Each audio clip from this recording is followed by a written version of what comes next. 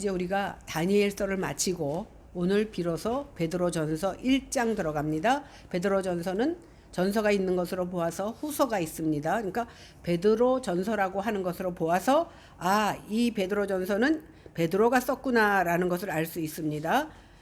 저자는 베드로고 언제 썼냐면 주후 60년경에 기록한 것으로 보입니다. 근데 대부분의 학자들이 이 글이 베드로가 쓴 책이다 이렇게 생각을 하고 있는데 일부 학자들은 아닐 것이다 라고 말하는 사람이 있습니다. 왜 그러냐면 우리가 잘 알다시피 베드로는 어부였습니다. 그러니까 우리가 생각하기에 무식한 어부다라고 생각했기 때문에 헬라어로 그 신약 성경이 헬라어로 돼 있잖아요. 근데 너무 세련된 어휘로 쓰여져 있는 거예요. 그러다 보니까 설마 무식한 베드로가 베드로전서를 썼을까 이렇게 생각하는 사람들이 있습니다.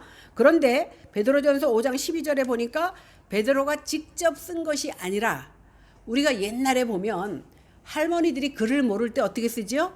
내가 부르고 글을 아는 젊은 사람이 써서 그런 것과 마찬가지로 베드로가 쓴 것이 아니지만 분명히 그가 말을 하고 오늘 성경에 보니까 5장 12절에 있지만 베드로의 제자가 썼다라는 것을 우리는 알 수 있습니다. 그래서 분명히 저자는 베드로다 이렇게 생각하시면 됩니다. 많은 사람들이 베드로가 어부 출신이기 때문에 무식할 것이라고 생각합니다. 그런데 사도행전 4장 13절에서 14절에 보니까 베드로와 요한이 오순절 성령이 임하고 나서 구약의 흐름을 구약 성경을 자세히 얘기하면서 예수 그리스도를 담대하게 증거하는 장면이 나옵니다. 그때 사람들이 놀랍니다. 베드로가 학문이 없는 자, 그러니까 학문이 없는 자 같은데 어떻게 저렇게 말을 구약 성경을 술술 잘 말할 수 있는가라면서 의아해했던 것을 우리가 볼 수 있습니다. 사실 베드로는 일반적으로 우리가 생각했던 것처럼 율법을 모른다거나 무식한 사람은 아닙니다. 오히려 그는 율법에 능통했으며 구약뿐만 아니라 복음을 잘 알고 있었다라는 겁니다. 율법의 행위로는 구원받을 수 없고 오직 예수 그리스도로 말미암아 구원 얻는다는 그 사실을 확실히 알고 있었기 때문에 그는 주는 그리스도시요 살아계신 하나님의 아들입니다. 이런 고백을 할 수가 있었던 겁니다. 그럼에도 불구하고 베드로는 예수님께서 십자가를 지시기 전에 모든 사람이 나를 부인할 것이다 이렇게 말을 하니까 뭐라 그랬습니까? 아닙니다. 모든 사람들이 주님을 부인한다 할지라도 나는 결코 부인하지 않고 주님이 죽는 자리까지 따라가겠습니다 라고 말했습니다. 그런데 어떻게 됐어요? 결국 베드로도 자기 입으로 3번씩이나 예수님을 저주하고 맹세까지 하면서 부인하고 말았습니다. 그게 바로 우리의 모습입니다. 입으로는 예수님 사랑한다고 하지만 우리의 삶 속에서는 예수님과 반대되는 모습으로 살아가는 것이 바로 우리의 모습입니다. 그런데 부활하신 주님께서 베드로에게 나타나셔서 3번이나 네가 나를 사랑하느냐 물으셨을 때, 그리고 내 양떼를 먹이라고 말씀하신 이후에 그는 그 복음에 사로잡혀서 복음 안에 살다가 68년도 주후 68년도에 네로에 의해서 거꾸로 십자가에 달려서 순교를 당합니다. 오늘 사도행전 12장 이하에 보면 야고보가 순교를 당한 후에 사도들 외에 많은 사람들이 각처로 흩어집니다. 이들에게는 당시 예수 믿는다는 것 때문에 핍박이 있었고 장차 네로와 도미티안 황제의 극심한 핍박도 기다리고 있었습니다. 당시 베드로는 복음을 전하고 성도들과 함께 교회를 세워가기 위해서 로마에 있었습니다. 그러다가 64년에 로마시에 큰 화재가 일어납니다. 우리가 코바디스 보면 알 수 있잖아요. 큰 화재가 일어나니까 네로 황제는 이것을 그리스도인들에게 뒤집어 씌웁니다. 그러니까 코바디스에 보면 네로 황제가 자기가 시를 쓰면서 자기 환상에 빠져서 불을 질러놓고 그것을 그리스도인들의 소행이라고 몰아붙이면서 그때부터 그것을 빙자해서 대규모 박해를 시작합니다. 이 사건을 계기로 베드로는 이 박해가 로마로 끝나지 않겠구나.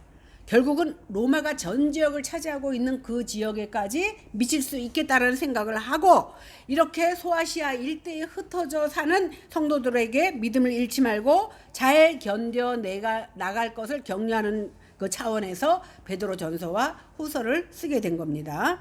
1절을 한번 같이 보겠습니다. 시작. 예수 그리스도의 사도 베드로는 본도, 갈라디아, 갑바도기아, 아시아와 비두니아에 흩어진 나그네. 여기 말씀해 보니까 여러 가지 지명들이 나오는데 이 서신의 수신자가 소아시아 지역에 흩어져 사는 성도들임을 구체적으로 지명을 들어서 표기하고 있습니다. 이 지역들은 어디냐면 터키, 지금 그러니까 트루기에라고 바꿨죠. 트루기에 지역들을 말하고 있는데 예수를 주로 고백하는 디아스포라 유대인들과 이방인들이 여기에 몰려 살았습니다. 사실 당시에 흩어진 성도들이 여기만 살은 것이 아니라 많은 곳에 흩어져 살았습니다. 여기서 흩어졌다는 말이 원어로는 디아스포라, 이렇게 디아스포라라고 하는데 일반적으로 디아스포라는 언제부터 시작됐냐 하면 북왕국 이스라엘이 주전 721년에 망합니다. 아수르에 의해서 멸망하고 또 남왕국 유다가 BC 586년에 바벨론에 의해서 멸망하고 나서 바벨론의 포로로 잡혀간 사람도 있지만 각처에 흩어져 살게 됩니다. 이렇게 유대인들이 각처에 흩어져 사는 것을 디아스포라 유대인이다 이렇게 말합니다. 그런데 오늘 베드로가 여기서 말하는 흩어진 성도들을 말하는 것은 반드시 유대인만을 말하는 것이 아니라 신약 시대를 살아가는 모든 그리스도인들을 향하여 디아스포라다 이렇게 말하고 있습니다. 다시 말해서 흩어진 나그네다 이렇게 말하고 있습니다. 베드로는 그리스도인이 이 세상에서 나그네 생활을 하고 있다라는 것으로 여긴 겁니다. 이렇게 전 지역에 흩어져서 나그네처럼 살고 있는 그리스도인들이지만 그들 위에는 누가 계시냐면 하나님이 계십니다. 어떤 하나님? 우리를 택하시고 구원하시고 우리로 거룩해 만드시는 하나님이 계시다는 겁니다. 이 하나님께서 베드로를 통해서 각처에 흩어져 있는 그리스도인들을 향하여 주님의 그 위로의 메시지를 전달해 주고 있는 겁니다. 그러면 이 땅에서 외국인이요 나그네로 산다는 것이 어떤 것입니까? 우리나라에도 보면 옛날에는 우리가 단일 민족 했는데 지금은 취업차 오는 외국인도 많고 이제는 결혼을 못하는 사람은 외국에서 수입해다가 결혼한 사람도 많습니다. 그런데요 그들이 우리나라에서 돈 벌려고 왔습니다. 그런데 그들이 밤만 되면 그리워하는 나라가 바로 자기 고향이거든요. 누구나 그건 어쩔 수 없습니다. 이처럼 나그네로 산다는 것은 이 땅에 잠시 머물 여기다가 소망을 두고 사는 것이 아니라 내 고향으로 언젠가는 내가 돈을 많이 벌어서 고향 가서 내 가족과 잘 살기를 원하는 것이 나그네의 목표입니다. 마찬가지로 우리 예수 믿는 사람들은 잠시 이 땅에 머물고 살고 있지만 영원한 고향인 하늘나라를 소망하며 사는 것이 바로 성도들입니다. 그래서 성도는 하늘나라를 소망하며 이 땅에서 거룩한 삶을 살 수 있도록 도와주신 하나님 앞에 감사하며 찬양하며 살아가는 것입니다. 그런데 이와 같이 이 땅에서 흩어진 나그네로 살게 하시는 것은 아무에게나 허락된 것이 아니에요. 누구나 세월이 지나면 우리의 본향인 하늘나라, 그 전에 우리는 육신이 흙으로 변하는 그러한 상태를 이어갑니다. 그러면 믿는 사람들은 여기가 나그네요, 내 본향은 하늘나라라고 하는데 모든 사람들이 그렇게 생각하는 것은 아니라는 겁니다. 이렇게 생각하는 자는 누구냐면 하나님께서 미리 아시고 창세전에 예수 그리스도 안에서 택해 주신 자들은 언젠가는 내 본향 하늘나라로 간다라고 생각하지만 믿지 않는 자들은 이 땅이 전부라고 생각해. 그러다 보니까 이 땅에서 아웅다웅하면서 남보다 더 잘 살려고 애쓰고 있는 겁니다. 그래서 성령 하나님의 거룩하게 하심으로 말미암아 우리가 순종하고 하나님 안에 거할 때에 비로소 우리는 피뿌림으로 예수 그리스도의 피뿌림을 덧입음으로 말미암아 하늘나라의 소망을 두고 살면서 이 땅이 영원한 곳이 아니라는 것을 고백하게 되는 겁니다. 이렇게 그리스도인들의 본향은 눈에 보이는 이 땅이 아니라 눈에 보이지 않는 하늘나라이기 때문에 그리스도인들은 장차 반드시 나타날 영원한 하늘나라에 그것이 본향인 줄 알고 이 땅에 나아가는 나그네로서 순례자로서 살아간다라는 사실입니다. 2절을 같이 보겠습니다. 시작. 곧 하나님 아버지의 미리 하심을 따라 성령이 거룩하게 하심으로 순종함과 예수 그리스도의 핏부림을 얻기 위하여 택하심을 받은 자들에게 편지하노니 은혜와 평강이 너희에게 더욱 많을지어다. 우리가 하나님의 은혜를 입은 것은 성령의 거룩하게 하심과 예수 그리스도의 핏부림으로 말미암은 것이다. 이렇게 말하고 있습니다. 우리는요, 너나 나나 할 것 없이 우리 죄 때문에 하나님의 심판을 받아 멸망받아야 마땅한 자들입니다. 우리가 구원을 받는 것은 우리의 행위 때문이 아닙니다. 내가 무엇인가 잘하기 때문에 구원을 받는 것이 아니라는 겁니다. 하나님의 언약 때문에 우리가 구원을 받는 것입니다. 하나님께서 자기 이름을 위하여 자기 영광을 위하여 언약하신 대로 우리를 남은 자 되게 하시고 우리를 구원자 되게 하신다는 사실입니다. 하나님께서는 언약하신 대로 예수 그리스도를 이 땅에 보내주셨고 우리 대신 십자가에 못 박혀 죽게 하셨습니다. 우리 대신 저주를 받게 하셨고 우리 대신 십자가에 달려 돌아가시게 하심으로 물과 피를 다 쏟게 하셨습니다. 이 사실을 성령 하나님께서 우리로 하여금 알게 하시고 믿게 하셨습니다. 이로 말미암아 우리가 하나님의 은혜를 입은 겁니다. 그러므로 우리가 하나님의 백성이 되고 하늘에 간직한 새 하늘과 새 땅을 소망하는 인생을 이 땅에서도 살아가도록 한 겁니다. 이것이 바로 우리가 지혜롭거나 우리의 공로 때문이 아닙니다. 성령께서 우리를 인쳐 주셨기 때문에 우리가 이러한 믿음을 가질 수 있게 된다라는 겁니다. 그렇기 때문에 전적인 하나님의 은혜입니다. 지금 이 땅에 사는 모든 성도들은 이 땅에 소망을 두지 않고 새하늘과 새 땅에 소망을 두고 살아야 됩니다. 성도의 특징이 뭐냐면 이 땅이 영원한 곳이 아니라는 것을 아는 겁니다. 그래서 마치 이 땅을 아까 외국인이 취업하러 온 얘기를 했지만 우리도 이곳이 내 고향이 아니야. 내 고향이 아니고 내 고향은 저 하늘나라에 있다는 것을 분명히 알고 거룩한 나그네로 사는 겁니다. 이것이 이 땅을 살아가는 성도들의 모습이어야 된다고 오늘 베드로는 말하고 있습니다. 예수 그리스도의 피 흘림이 없으면 사함이 없습니다. 많은 사람들이 예수 그리스도가 십자가에서 죽으셨기 때문에 실패했다고 말했지만 실패한 십자가가 아닙니다. 예수 그리스도께서 흘리신 피가 바로 언약의 피이기 때문에 그 언약의 피로 말미암아 우리가 새 생명을 얻었다는 사실입니다. 이처럼 하나님께서 우리를 미리 아시고 택하신 것은 죄로 말미암아 생명에 이를 수 없는 우리를 대속해 주시기 위해서 그 아들의 핏부림을 통해서 선택하신 겁니다. 우리가 레위기에서도 보면 그 짐승을 잡아서 제단에 피 뿌리는 그 역사를 우리는 잘 알고 있습니다. 이렇게 핏부림이 없으면 구원이 없다라는 사실입니다. 베드로는 이런 하나님의 놀라운 은혜가 임한 자들에게 더욱 은혜와 평강이 넘치기를 기도합니다. 3절과 4절을 보겠습니다. 시작. 우리 주 예수 그리스도의 아버지 하나님을 찬송하리로다.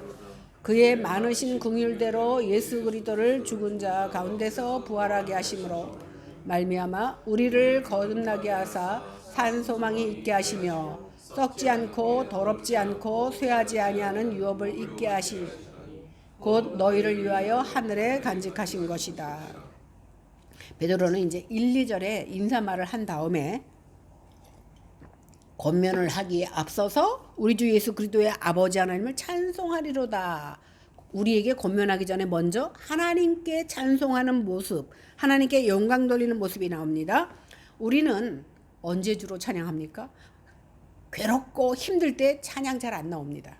그럴 때는 원망이 나오죠. 언제 찬양이 나옵니까? 기쁜 일이 있을 때 나도 모르게 콧노래로 찬양하게 됩니다.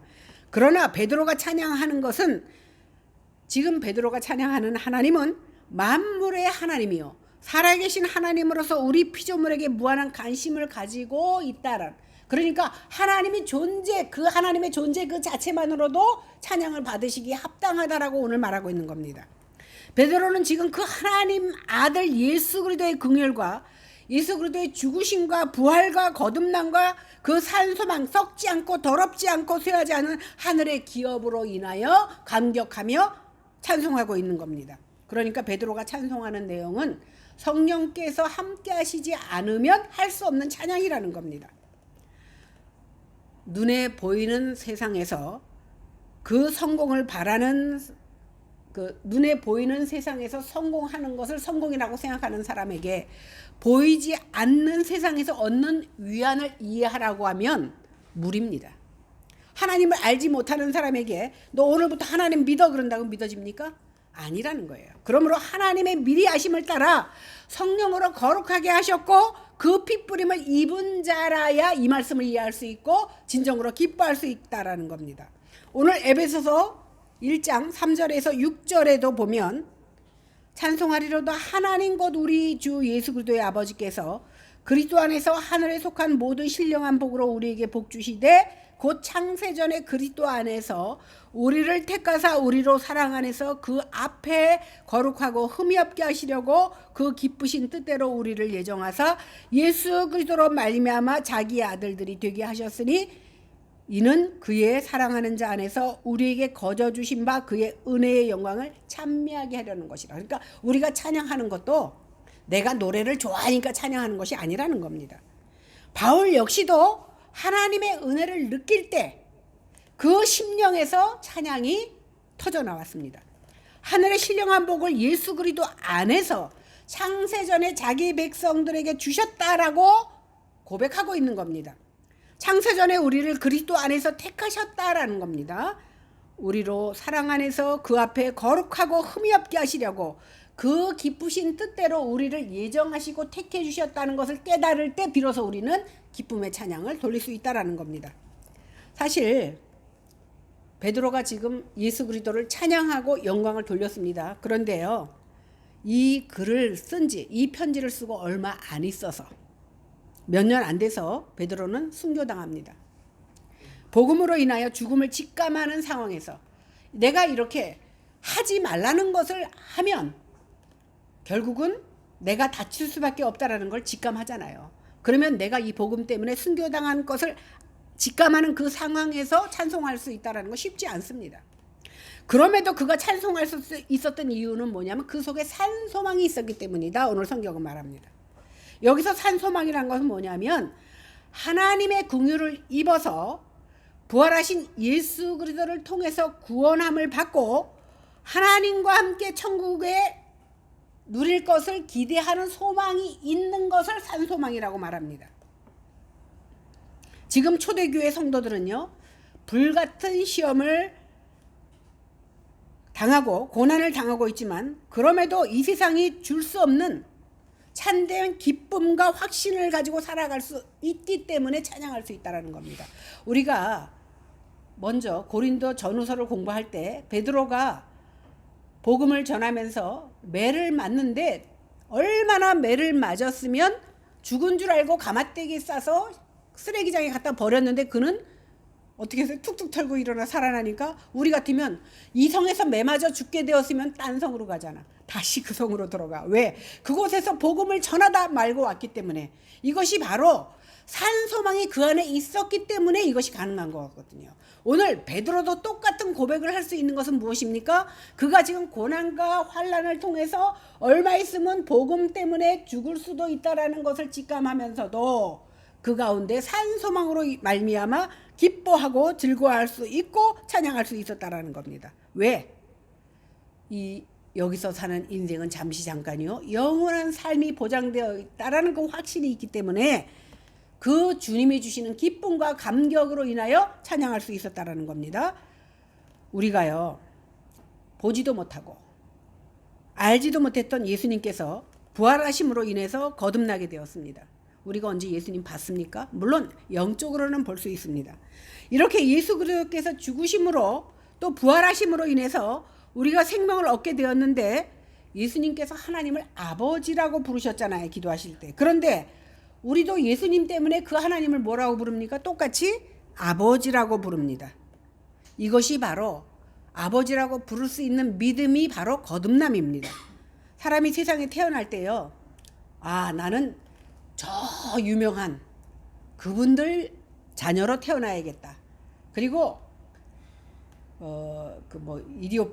이디오피아나 이런 데서 말고 미국 부유층에서 태어나야겠다 마음에 결심한다고 그 가정에서 태어나는 것이 아닙니다.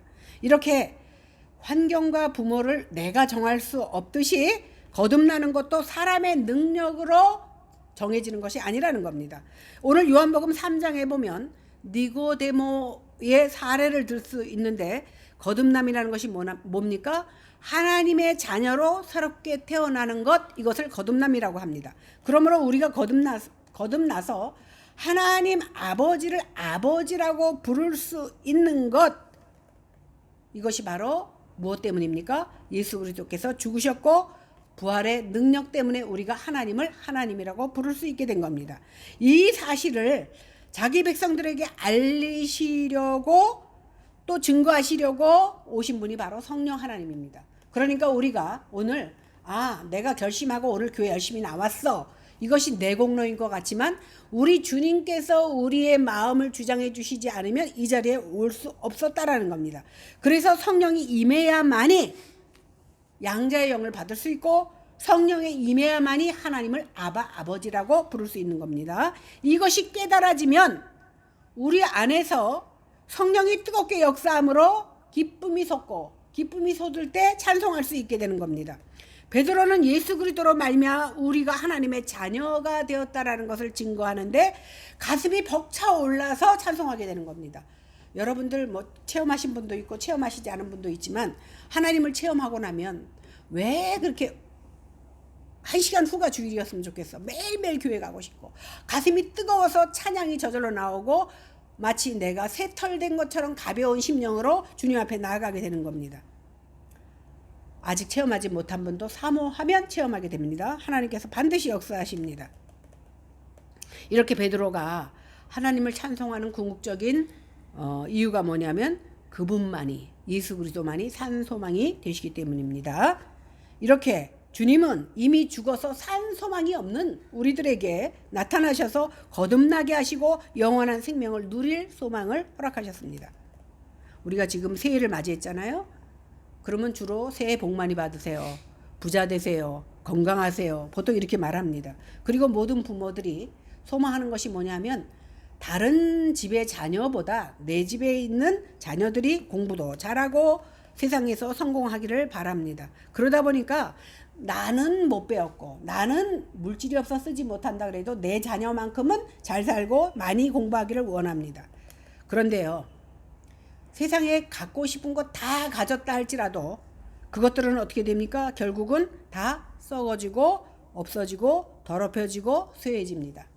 저도 교인들도 장례해보고 우리 부모도 장례해보고 장례식도 많이 참석해봤지만, 장례식에 가서 그 관에 들어간 건 간두고라도 불에 태워질 때에 정말 아무 인간적으로 그냥 세상적인 생각으로 생각한다면 결국 태워져서 알지도 못하고 타는지도 알지 못하고 한 줌 흙으로 가루로 남는 것을 생각할 때 이 세상에 소망했던 모든 것들이 다 없어진다는 것을 우리는 깨달으면서도 돌아서서 오면 또 어떻게 해요? 정말 하나님을 준비하며 살아야겠다라고 생각했다가 다시금 세상을 움켜쥐고 살아가는 우리의 모습대로 살아갑니다. 그러나 이 세상에 속한 것은 결국은 썩어지고 더러워지고 없어진다는 사실을 깨닫고 정말 썩지도 않고 없어지지도 않고 쇠하지도 않는 그 소망을 붙들고 살아야겠다는 생각을 해야 됩니다. 그것이 무엇입니까? 영원한 새하늘과 새 땅입니다. 이것이 바로 예수 그리스도를 통해서 우리에게 주어진 성취된 영광스러운 하나님의 나라입니다. 가끔 TV나 여러 가지 보면 자수성가해서 잘 사는 사람도 있지만, 내가 자수성가해서 굉장히 많은 부를 차지했어. 그런데 그것을 자녀에게 다 물려주니까 내가 고생하지 않고 얻은 그 물질을 얼마 되지 않아서 다 탕진하는 것을 볼 수 있습니다. 그만큼 세상의 것은 값어치가 없습니다. 물론 우리가 인생을 살아가면서 세상의 것을 다 무시하고 살 수는 없습니다. 왜? 당장 돈이 없으면 쌀도 못 사고 쌀을 못 사면 굶을 수밖에 없어. 그렇기 때문에 우리는 기본적인 것이 필요합니다. 그러나 내가 하나님의 나라와 그의 의를 구할 때에, 그러니까 우리더러 돈벌이 하지 말고 교회만 와서 살라는 이 말이 아닙니다. 그리고 성경에 뭐라고 얘기하는 디모데전서에 네가 네 가족을 돌보지 않는 것은 불법을 행하는 자보다 더 악한 자다라고 말했습니다. 이것은 무엇을 말하냐면 너희가 예수를 믿는다고 해서 세상 사람이 살아가는 모습을 다 버려라 이 말이 아니에요. 세상의 것보다 하나님을 우선하라는 말입니다. 이것을 잘 깨닫고 비록 우리가 나그네로 살아가지만 세상 유혹 가운데 살아가지만 우리는 어떻게 하나님의 것을 우선하며 살아가는 저희들이 다 되어야 될 줄로 믿습니다. 그래서 우리는 이 세상 살아갈 때에 예수를 바로 믿으려고 하면 사람들에게 미움 받을 수 있습니다. 핍박 받을 수 있습니다. 유혹 받지만 시험을 당할 수 있습니다. 왜? 우리가 주일날, 쉬운 예로 주일날 교회 가야 되는데 세상 사람들이 야 매주 주일 오는데 오늘 하루에 빠지면 어때? 그러면 그 말이 정말 일리가 있고 내가 오늘 이 약속을 어기고 교회 나가면 저 친구가 나를 멀리할 것을 두려워하여 하나님보다 세상을 택할 때가 많이 있습니다. 그러나 유혹과 시험을 당할지라도 세상에 있는 모든 것은 무너지고 없어진다는 사실을 깨달을 때에 썩지 아니하고 멸망하지 않는 그 유업을 받아 누리는 저희들이 그것을 누릴 수 있는 저희들이 될 수 있기를 바랍니다. 그래서 장차 우리가 받게 될 천국이라는 유업은 파괴되거나 취소되지 않는 것임을 깨달아서 산소망을 가지고 살아가는 저와 여러분 되기를 바랍니다. 5절을 읽어보겠습니다. 시작. 너희는 말세에 나타내기로 예비하신 구원을 얻기 위하여 믿음으로 말미암아 하나님의 능력으로 보호하심을 받았느니라. 사실 우리가 예수를 오래, 저도 이제 예수를 60몇 년을 믿었는데 그러면 많이 알 것 같죠? 물론 이제 새로 믿는 사람보다는 조금 더 알겠죠. 또 더군다나 신학까지 공부했으니까. 그런데 우리가 알 수 있는 것은요, 신학을 공부하고 신학의 박사를 할지라도 하나님이 보여주신 것만 볼 수 있어. 하나님이 감춰놓은 거는 아무리 내가 능력이 뛰어나도 볼 수 없다라는 겁니다. 그런데 하나님이 보여주시는 것이 우리는 보통 계시라고 하거든요. 하나님이 보여주시는 걸 계시라고 하는데 말세에 계시가 있을 것인데 구원이 하나님이 계획하신 때 보이도록 준비되어 있다라는 거예요. 그러니까 우리는요, 분명히 언젠가는 우리가 죽을 거를 알지만 죽음을 알지 못해요. 분명히 죽을 걸 알지만 죽음을 체험해 보지 못했어요. 그러나 분명히 죽음이 있다라는 것은 알고 있어요. 구원도 마찬가지입니다.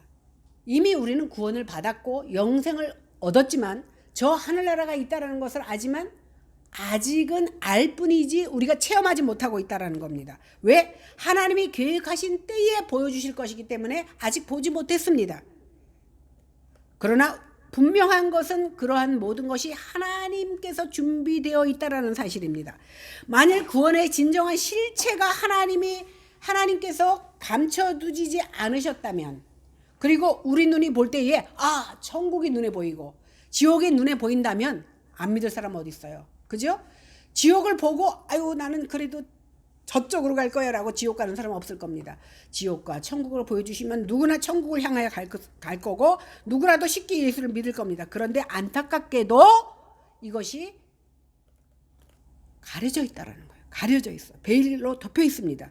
그렇기 때문에 감각에만 의존하는 인간은 하나님의 은혜가 임하지 않고는 이 말씀을 믿을 수도 없다라는 사실입니다. 또 깨달을 수도 없다라는 사실입니다. 그래서 성도들의 믿음이 귀한 이유가 여기 있습니다. 그러니까 천국이 있고 지옥이 있다고 아무리 떠들어도 믿는 자에게만 믿어지는 것이 바로 복음입니다. 그래서 성도의 믿음이 귀한 겁니다. 우리가 두 눈으로 볼 수도 없고 손으로 만질 수도 없는데 보이지 않는 하나님의 약속을 마치 선명하게 보이고 만진 것처럼 사는 사람, 이것이 바로 믿는 사람이고 이것이 바로 그리스도인입니다. 아무리 세상의 아름다운 언어로 표현하고 설명하려 해도 다 담아낼 수 없는 그 하나님 나라의 유업은 오직 믿음으로 영안이 열려야만 볼 수 있는 겁니다. 그러나 그리스도의 구원이 재림의 때에는 믿음으로 말미암아 하나님의 능력으로 보호하심을 받기 때문에 사람들이 제대로 인식할 수 없지만 결국은 선택받을 사람은 분명하게 하나님의 유혹을 상속받는다는 사실입니다. 그래서 구원이 완성될 때까지 믿음에 속한 자들은 하나님의 보호하심과 인도하심을 받는다는 사실입니다. 따라서 선택을 받은 그리스도인들은 날마다 하나님을 의지하고 말씀 속에 순종하며 살아갈 때에 더 확신을 가지고 보이지 않지만 보는 것처럼, 만져지지 않지만 만진 것처럼 신앙생활을 할 수 있습니다. 이러한 자들에게 구원이 완성된다는 사실입니다. 6절을 보겠습니다. 시작. 그러므로 너희가 이제 여러 가지 시험으로 말미암아 잠깐 근심하게 되지 않을 수 없으나 오히려 크게 기뻐하는데, 우리는 사실 누워서 떡 먹기 식으로 예수 믿는 거예요. 초대교회 때도 그랬고, 많은 시대에 믿는다는 이유 때문에 얼마나 그리스도인들이 고난을 당했는지 모릅니다. 그런데 그들에게 베드로가 뭐라고 하냐면, 너희들이 고난 때문에 근심에 빠진다 할지라도 이 고난은 잠시 잠깐이다.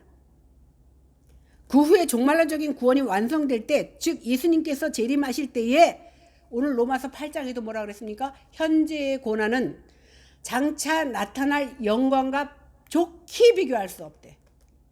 그러니까 고난이 1이라고 치면 영광은 셀 수 없이 큰 숫자라는 것입니다. 그러므로 그리스도인들은 산 소망 가운데 기뻐할 수 있는 겁니다. 왜 그렇습니까? 고난이 당할 때는 힘들지만 그 시험이 결국 헛되지 않기 때문입니다. 하나님께서 말세에 우리에게 여러 가지 시험을 주시는 것은 우리의 믿음이 불로 연단하여도 없어질 금보다 더 귀하게 하시려는 것 때문입니다. 그러므로 성도들은 이 땅에서 여러 가지 시험을 당하지만 하나님의 보호하심과 능력 안에서 기뻐할 수 있습니다. 7절을 읽겠습니다. 시작. 너희 믿음의 확실함은 불로 연단하여도 없어질 금보다 더 귀하여 예수 그리스도께서 나타나실 때에 칭찬과 영광과 존귀를 얻게 할 것입니다. 옛날에 저는 풀무에서 은을 재련하는데, 가정에 사는 거를 직접 눈으로 봤거든요. 녹음실 있잖아요. 영화 녹음하는 그 필름을요, 막 풀무에다 태우면 은물이 나와요. 계속 다리면 은물이 나와. 금도 똑같을 거라고 생각해요. 은이나 금을 이렇게 풀무 그러면 뭐 굉장히 뜨거운 불이거든요.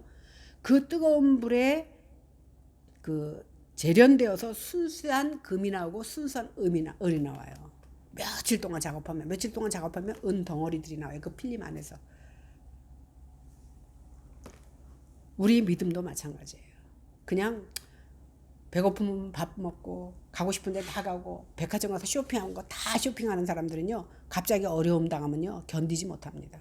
그러나 어려서부터 그러한 것에 단련되어 있는 사람은 어려움이 있어도 잘 이겨내요. 신앙도 마찬가지입니다. 이렇게 믿음의 확실함은 불로 연단하여도 없어질 금보다 더 귀하게 나타난다고 오늘 베드로는 말하고 있습니다. 제가 모든 사람마다 자기가 당하는 고난은 가장 큰 고난이라고 생각하거든요. 저도 고난을 당했을 때 이것은 세상에서 나만 당하는 고난이라고 생각했고, 이 고난은 결코 끝나지 않을 것 같다라는 느낌을 받았어요. 그러니까 자기 고난은 자기한테 굉장히 큰 고난입니다. 그런데 이것이 불로 연단되어졌을 때 하나님께서는 정금보다 귀하게 나온다는 사실이에요. 다시 말해서 인간이 얼마나 어리석으냐면요, 야 이거 해.